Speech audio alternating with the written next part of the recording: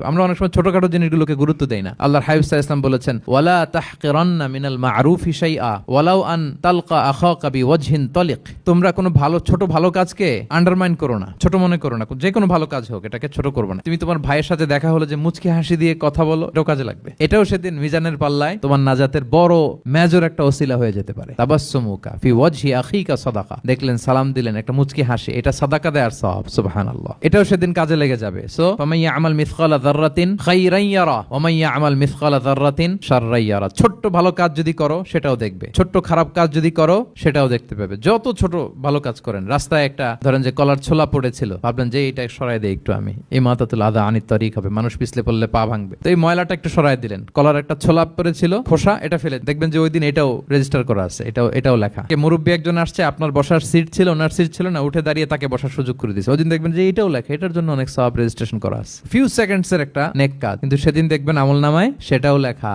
কারোর ব্যাপারে, এর ব্যাপারে ওর কাছে যে কান ভারী করছেন, ফেসবুকে একটা বাজে কমেন্ট করে দিয়েছেন, দেখার কেউ নাই, ধরার কেউ নাই, দিলাম একটা গালি, দেখবেন যে ওই দিন সব একেবারে ক্ষুদ্র থেকে ক্ষুদ্রতর অনুপরিমাণ খারাপ কাজ, ভালো কাজ আল্লাহ সুবহানাহু ওয়া তাআলা তিনি সেদিন আমলনামায় সব তুলে রাখবেন।